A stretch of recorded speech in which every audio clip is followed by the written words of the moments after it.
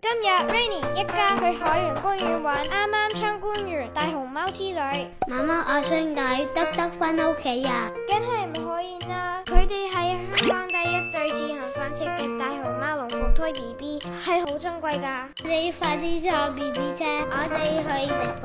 你係邊個啊？